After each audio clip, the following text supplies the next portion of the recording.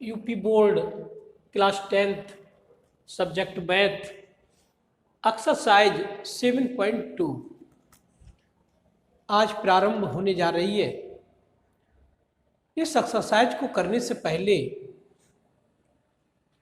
हम लोग अंतः विभाजन बिंदु के निर्देशांक ज्ञात करेंगे और इस फार्मूले का प्रयोग कर हम इस एक्सरसाइज के क्वेश्चनों को हल करेंगे, क्योंकि ये जो मैं फार्मूला अंतः विभाजन बिंदु का आज आपको समझाने जा रहा हूँ, इसका उपयोग इस एक्सरसाइज के लिए बहुत ही उपयोगी है। तो सबसे पहले इसी सूत्र की बात करते हैं। ध्यान दें, हमारे पास कोई रेखाखंड है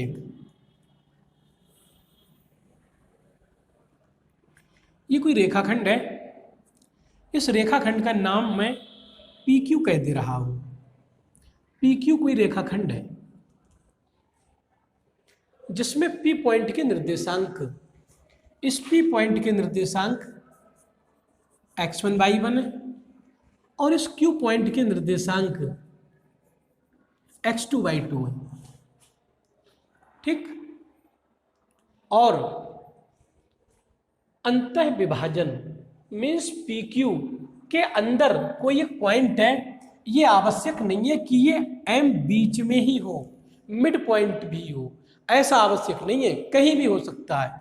तो यहाँ पर कोई एक पॉइंट में ले रहा हूँ, फॉर एग्जाम्पल यहाँ ले लिया, इस पॉइंट का नाम R कह दे रहा हूँ, R इस पॉइंट का नाम। इसके बिंदु के निर्देशांक निकालने, कब निकालने हैं? जब ये बिंदु एक तो इसके अंदर है, इसीलिए अंतः विभाजित कर रहा है इसे दो भागों में, एक PR और एक RQ के अनुपात में डिवाइड कर रहा है। तो यहां से यहां तक का अनुपात जो PR है और अनुपात जो RQ है, इसका अनुपात मैं M1 अनुपात M2 ले रहा हूं। M1 अनुपात M2 मीन्स अगर यहां से यहां तक की दूरी M1 है और यहां से यहां तक की दूरी M2 है, तो इसमें PR में और QR में, इन दोनों में M1 अनुपात M2 का अनुपात दे रखा है क्वेश्चन में। मैं यहाँ लिख भी सकता हूँ, ये M1 है यहाँ से यहाँ तक और ये रेखाखंड M2 है RQ। तो ये M1 अनुपात M2 के अनुपात में डिवाइड हो रहा है R बिंदु के द्वारा। तो ऐसी पोजीशन में R के निर्देशांक कितने होंगे, ये हम लोग ज्ञात करना चाह रहे हैं। तो ध्यान दें, आप लोग सही तरीके से जानते हो, ये मैं अक्ष बना रहा हूं, ये x एक्सिस है, ये मूल बिंदु O है और ये y एक्सिस है, ये x एक्सिस और ये y एक्सिस। ये कोई रेखाखंड है जिस पर R बिंदु के निर्देशांक ज्ञात करने हैं। इस समय ये नहीं पता है हमें कि R बिंदु के निर्देशांक कितने हैं, लेकिन मैं मान सकता हूं इसके निर्देशांक। R के निर्देशांक मैं कह दे रहा हूं कैपिटल X और कैपिटल Y है। ये x1 y1, ये x2 y2। R पॉइंट के निर्देशांक जो हमें ज्ञात करने हैं उन्हें मैं कैपिटल X कैपिटल Y मान ले रहा हूं। यहाँ पर X निर्देशांक कैपिटल X है और Y निर्देशांक कैपिटल Y है। आगे ध्यान दें, अगर मैं P पॉइंट से इस पर लंब डाल दूं, X एक्सिस पर लंब डाल दूं, P पॉइंट से लंब का नाम PL रखे दे रहा हूं, ये L कोई लंब है। तो यहां से यहां तक की दूरी x1 रही होगी, ये दूरी x1 रही होगी, यहां से यहां तक x1, क्योंकि इस पॉइंट पर पहुंचने के लिए x पे x1 चले और y पे y1 चले होंगे। तो ये दूरी y1 रही होगी, यहां से यहां तक P से L तक की दूरी ये y1 रही होगी। तभी तो हम कहेंगे इस पॉइंट के निर्देशांक x1 और y1 कहे होंगे ना, तभी तो कहेंगे। आगे अगर मैं R बिंदु की बात करूं, R से यदि मैं लंब डाल दूं, इसका नाम RM कह दे रहा हूं, ये M इस पर लंब है। तो इसके निर्देशांक कैपिटल X कैपिटल Y है। इसके निर्देशांक कैपिटल X कैपिटल Y तब बने होंगे जब यहां से यहां तक की दूरी कैपिटल X रही होगी, यह नीचे लिखे दे रहा हूं, यहां से यहां तक की दूरी कैपिटल X रही होगी और यहां से यहां तक की दूरी कैपिटल Y रही होगी, ये दूरी कैपिटल Y रही होगी, कैपिटल Y। तो इस पॉइंट के निर्देशांक कैपिटल एक्स और कैपिटल वाई बने होंगे, क्योंकि ये एक्स और ये वाई, तो इस पॉइंट के निर्देशांक आ गए। ठीक, अब मैं अगर क्यू से लंब डाल दूं एक्स एक्सिस पर लंब डाल दूं, इसके निर्देशांक x2/2 है, तो x2/2 कब रहे होंगे? जब यहां से यहां तक की दूरी LM, इसे n कह दे रहा हूं, जब O से लेकर n तक की दूरी ये x1 x2 रही होगी, ये दूरी यहां से यहां तक x2 रही होगी मूल बिंदु से, ये दूरी यहां से यहां तक मूल बिंदु से x2 रही होगी, और ये दूरी यहां से यहां तक y2 रही होगी, ये दूरी y2 रही होगी। तो इस पॉइंट के निर्देशांक x2/2 बने होंगे। ठीक, आगे ध्यान दें, अगर मैं P पॉइंट से RM पर लंब डाल दूं, RM पर लंब डाल दूं, इस पर लंब डाल दूं, ये 90 का कोण है, ये लंब डाल दूं, तो एक ध्यान देने योग्य है, जब यहां से यहां तक की दूरी कैपिटल X है, ये दूरी कैपिटल X है, ये कैपिटल X, और ये x1 है यहां से यहां तक की, तो कैपिटल X में से अगर x1 ये दूरी कम कर दूं तो LM आ जाएगी कैपिटल X माइनस x1। ये दूरी कैपिटल X है, ये x1 है, तो कैपिटल X में से मैंने x1 कम कर दिए, तो यही दूरी तो आ जाएगी LM आ जाएगी कैपिटल X माइनस x1, जो इसके बराबर होगी। ये भी तो इस पर लंब है, ये भी लंब है, तो MN, इसका नाम S लिखे दे रहा हूं, S, इसका नाम S लिखे दे रहा हूं। ठीक, अब मैं एक R पॉइंट है, इससे लंब डाल दे रहा हूं QN पर, R पॉइंट से भी लंब डाल दे रहा हूं, R पॉइंट यहां लिखे दे रहा हूं, इसे यहां लिखे दे रहा हूं, ये R पॉइंट ये वाला, तो इससे भी लंब डाल दे रहा हूं, इस पे लंब डाल दे रहा हूं, 90 से कोण पर लंब गिरता है।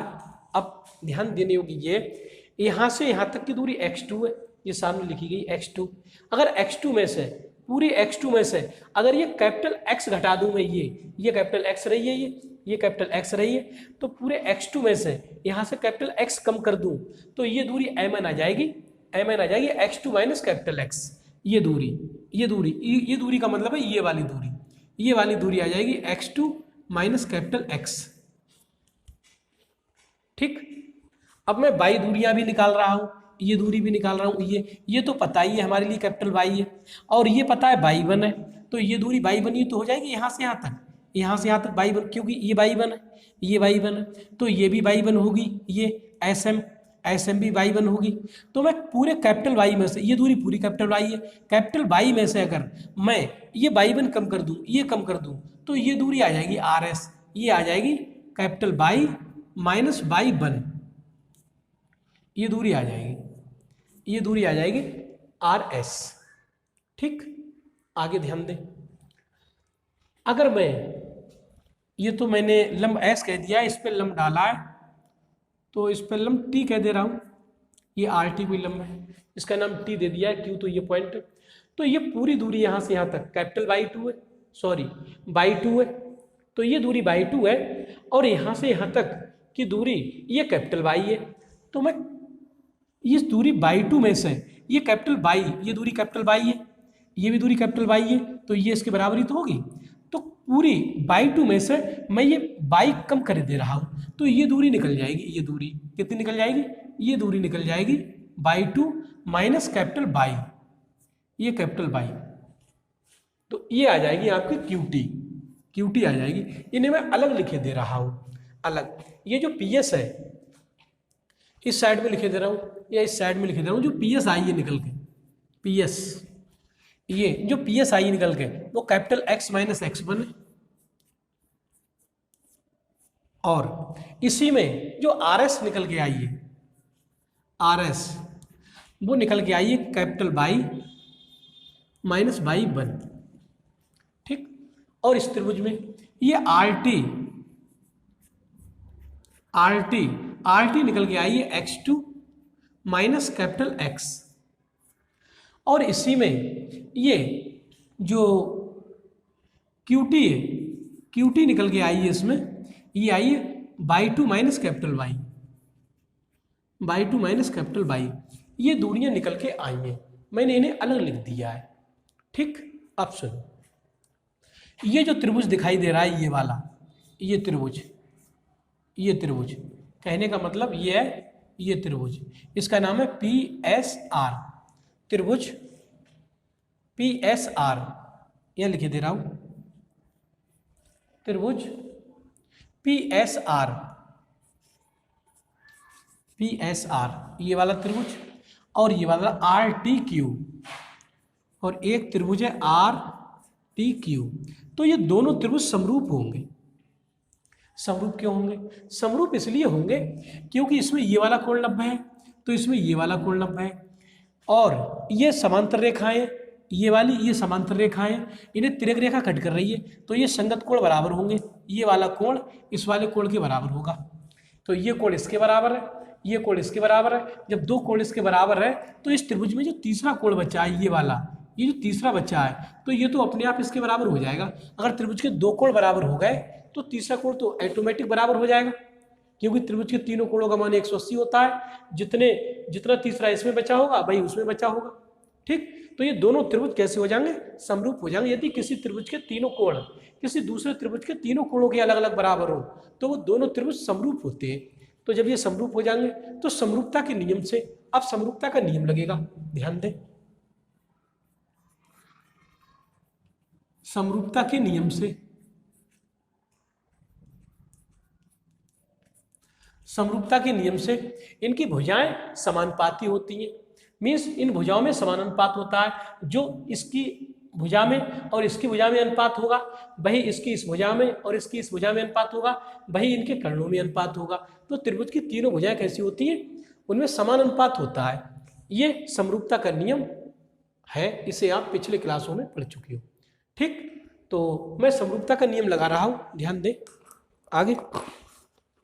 तो अगर मैं इसका आधार पीएस ले लूं, इसका आधार पीएस ले लूं इस त्रिभुज का, क्योंकि सबसे पहले पीएस आर की बात की गई है और फिर आर टी क्यू की बात की गई है, तो इसका आधार x2 माइनस कैपिटल एक्स या आर टी, इसके आधार इस भुजा का अनुपात और इस भुजा का अनुपात इस त्रिभुज में ये बराबर होगा।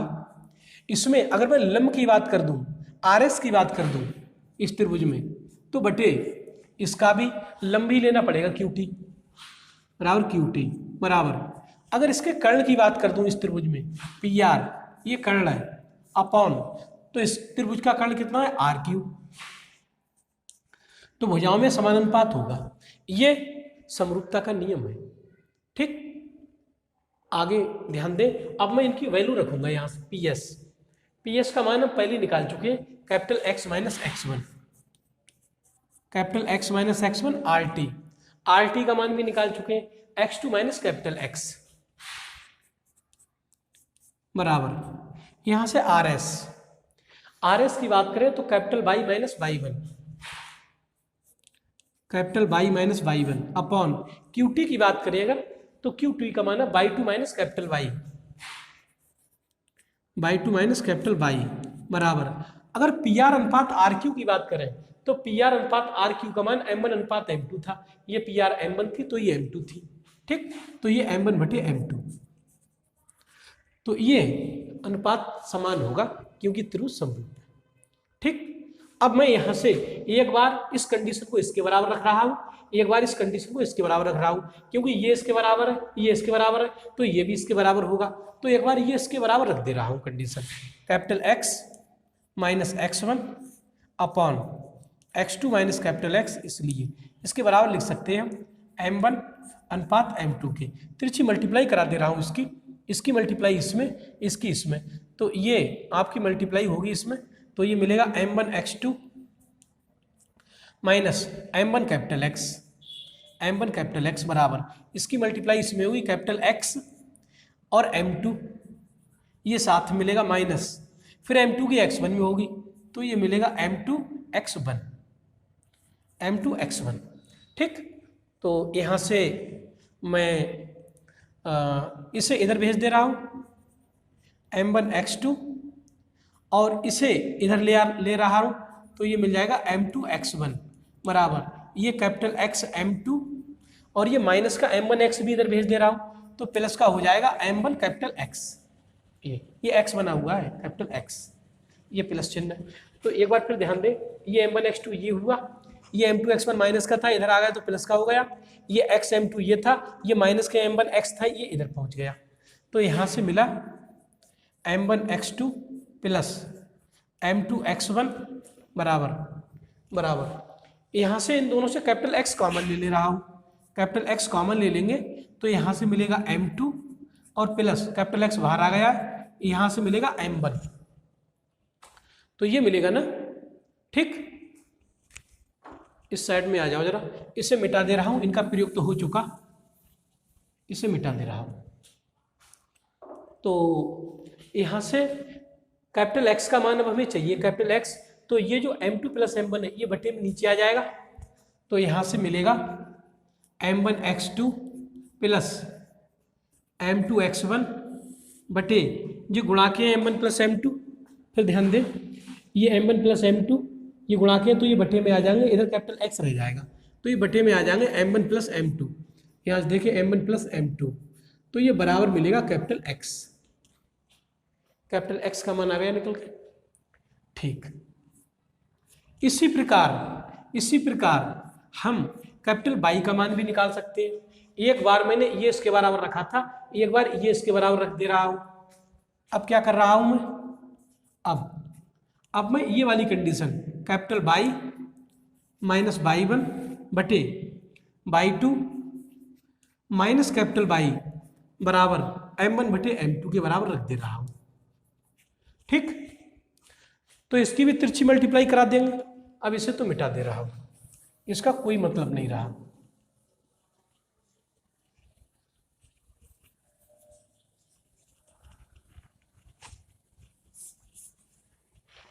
तो इसकी भी मल्टीप्लाई करा देंगे, क्रॉस मल्टीप्लाई करा दे रहा हूं, इसकी इसमें और इसकी इसमें, इसकी इसमें मल्टीप्लाई होगी तो ये मिलेगा m1/2, ये मिलेगा m1/2 minus m1 capital Y, ये मिलेगा m1 capital Y is equal, इसकी भी मल्टीप्लाई इसमें करा देंगे क्रॉस मल्टीप्लाई, तो m2 कैपिटल Y और इसकी मल्टीप्लाई इसमें करा देंगे तो माइनस के y1 m2 या m2 y1 माइनस के m2 y1। अब इसमें भी m1/2 ऐसे ही रखें, ये माइनस के m2 y1 इधर ले आए तो प्लस के हो जाएंगे m2 y1 बराबर यहाँ से m2 कैपिटल Y और ये माइनस का है, ये इस साइड में चला जाएगा तो ये m1 कैपिटल Y मिलने लगेगा, ठीक। यहाँ से मैं m1/2 प्लस m2 y1 बराबर इससे y कॉमन ले रहा हूँ तो अंदर m1 प्लस m2 रह जाएगा, m1 प्लस m2 और y बाहर ले लिया, ये y बाहर कॉमन आ गया तो m1 प्लस m2 बचा। यहाँ से कैपिटल Y का मान निकाल लेंगे तो ये m1 प्लस m2 अपॉन में नीचे आ जाएगा, m1/2 प्लस m2 y1 बटे m1 प्लस m2। तो ये कैपिटल Y का मान आ गया। तो मैंने कैपिटल X का मान भी निकाल लिया था यहाँ से, क्यों, क्योंकि जो अंदर बिंदु था R जो इसे m1 अनुपात m2 के अनुपात में विभाजित कर रहा था, जबकि P निर्देशांक और Q निर्देशांक ज्ञात था, इसीलिए था अंतर विभाजन बिंदु। इस रेखाखंड का PQ रेखाखंड का अंदर एक बिंदु जिसके निर्देशांक कैपिटल X कैपिटल Y माने थे, उनके मान आ गए निकल के, कैपिटल X का मान भी आ गया और यहाँ से कैपिटल Y का मान भी आ गया। तो मैं R बिंदु के निर्देशांक लिख सकता हूँ, यहाँ लिख देंगे। इसलिए जो कैपिटल R बिंदु था उसके निर्देशांक आ गए निकल के। कैपिटल R के निर्देशांक हमने कैपिटल X और कैपिटल Y माने थे, ये कैपिटल X और कैपिटल Y माने थे, तो X निर्देशांक आ गया निकल के। X निर्देशांक क्या आया है निकल के, वो आया है निकल के m1 x2 plus m2 x1 बटे m1 प्लस m2 और कैपिटल Y निर्देशांक भी आ गया है निकल के। कैपिटल Y निर्देशांक क्या आया है, तो इसका Y निर्देशांक, जो Y निर्देशांक है वो है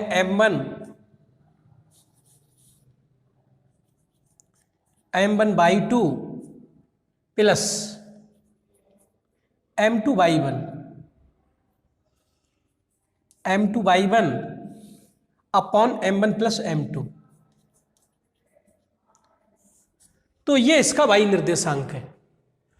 तो इस प्रकार हमने देखा कि यदि कोई रेखाखंड PQ जिसमें इसके सिरों के निर्देशांक P के x1/1, Q के x2/2 निर्देशांक ये दिए हैं और इसके अंदर मीन्स अंतः विभाजन में कोई बिंदु R है जिसके निर्देशांक हमें ज्ञात करने हैं, जबकि ये बिंदु इस रेखाखंड को m1 अनुपात m2 के अनुपात में विभाजित करता है, तो उस बिंदु के निर्देशांक R बराबर मीन्स इसके x और y के मान ये होंगे। तो इस फार्मूले का प्रयोग हम अंतर विभाजन बिंदु के निर्देशांक ज्ञात करने में करेंगे। जैसे अब मैं एक उदाहरण बता रहा हूं, ध्यान दें, इसे तो मिटा दे रहा हूं मैं।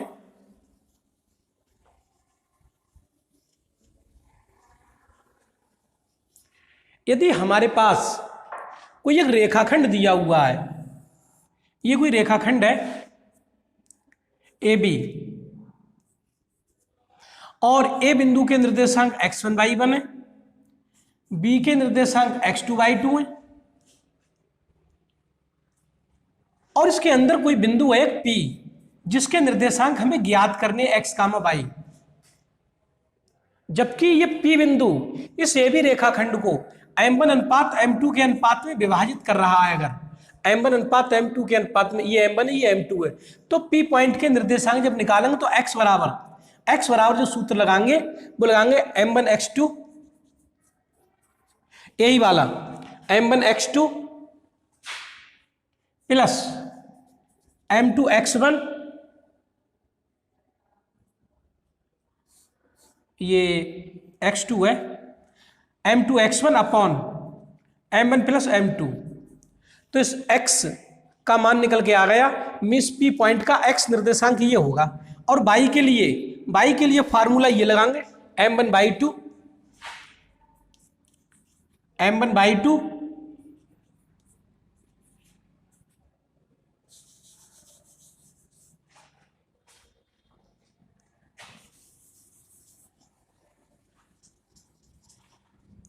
तो इसका जो y निर्देशांक होगा वो होगा m1/2 plus m2/1 upon m1 plus m2। तो इस P पॉइंट के निर्देशांक आ जाएंगे निकल के। तो ये चीज आप लोगों के लिए समझ में आ चुकी होगी। एक बात मैं इसमें और बताना चाहूंगा, वो यही समझा दे रहा हूं। अगर काश ये बिंदु बाहर होता, इस रेखाखंड के बाहर होता,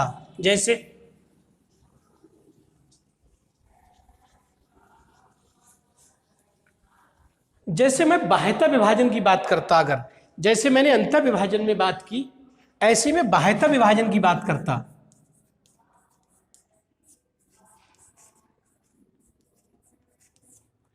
बाह्यता विभाजन का मीन्स है ये जो बिंदु अंदर था ये बाहर आ जाएगा, ये रेखाखंड तो यही रहेगा, ये A पॉइंट है, इसके निर्देशांक है x1/1, ये B पॉइंट है, इसके निर्देशांक है x2/2। जो बिंदु अभी अंदर था AB के, तो वो बाहर आ गया, यहां कहीं आ गया इसी रेखा पे।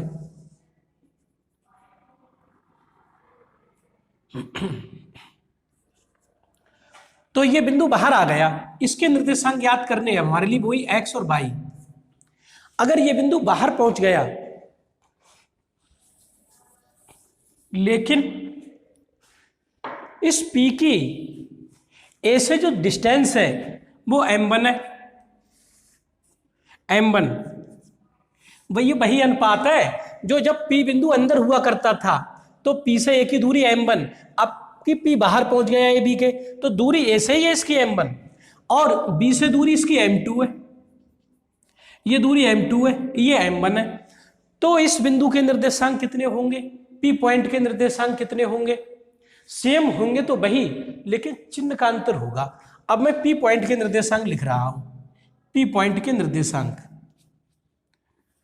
तो सूत्र वही काम करेगा m1 x2 और m2x1 अपॉन m1 m2 हुआ करता था वहां, m1 m2, लेकिन वहां प्लस हुआ करता था यहाँ, लेकिन बाहर अगर पहुंच गया तो माइनस चिन्ह काम करेगा इसमें। तो बाह्यता विभाजन में जब भी हम सूत्र का प्रयोग करेंगे तो m1x2 minus m2x1 upon m1 minus m2, इस सूत्र को भी हम ड्राइव कर सकते हैं। जैसे ये हमने ड्राइव किया था, ये हमने ड्राइव किया था, ऐसे ही हम वो भी ड्राइव कर सकते हैं, इसके लिए भी ड्राइव कर सकते हैं, ठीक। लेकिन मैं यहाँ इसे डायरेक्ट ही बता दे रहा हूं। तो केवल माइनस फैक्टर काम करेगा इसमें, माइनस चिन्ह आ जाएगा x, और जो y निर्देशांक होता था वो होता था m1/2 माइनस m2/1, वहां प्लस हुआ करता था, यहां माइनस है, अपॉन नीचे m1 माइनस m2, वहां पर m1 प्लस m2 हुआ करता था, यहां भी प्लस यहां भी प्लस, लेकिन यहां माइनस काम करेगा। कब? जब ये P पॉइंट ए बी के बाहर होगा, मीन्स बाह्यता विभाजन होगा, बाहर से ये इसे विभाजित करेगा, और जब ये अंदर होता है तो अंतर विभाजन में मैंने आपको लिखवा दिया है, ये फार्मूला यही है, लेकिन अंदर प्लस है इसके। तो इस सूत्र का प्रयोग भी एक्सरसाइज में होगा। इन दोनों सूत्रों का प्रयोग एक्सरसाइज की दृष्टि से बहुत इंपॉर्टेंट है, क्योंकि अब जब मैं एक्सरसाइज कराऊंगा तो इन सूत्रों का प्रयोग करूंगा, और मैं समझता हूं अब ये आप लोगों को सही तरीके से समझ में आ गए होंगे। तो इस वीडियो में इतना ही। वीडियो को लाइक कर दें, चैनल को सब्सक्राइब कर लें, और मेरे द्वारा पढ़ाई इस वीडियो को यार दोस्तों में भी शेयर कर दें, जिससे गरीब और कमजोर वर्ग के बच्चे भी इस निःशुल्क, सस्ती और मुफ्त शिक्षा से लाभान्वित हों और भविष्य में एक अच्छे गणित छात्र के रूप में जाने जा सके। तो इस वीडियो में इतना ही। धन्यवाद।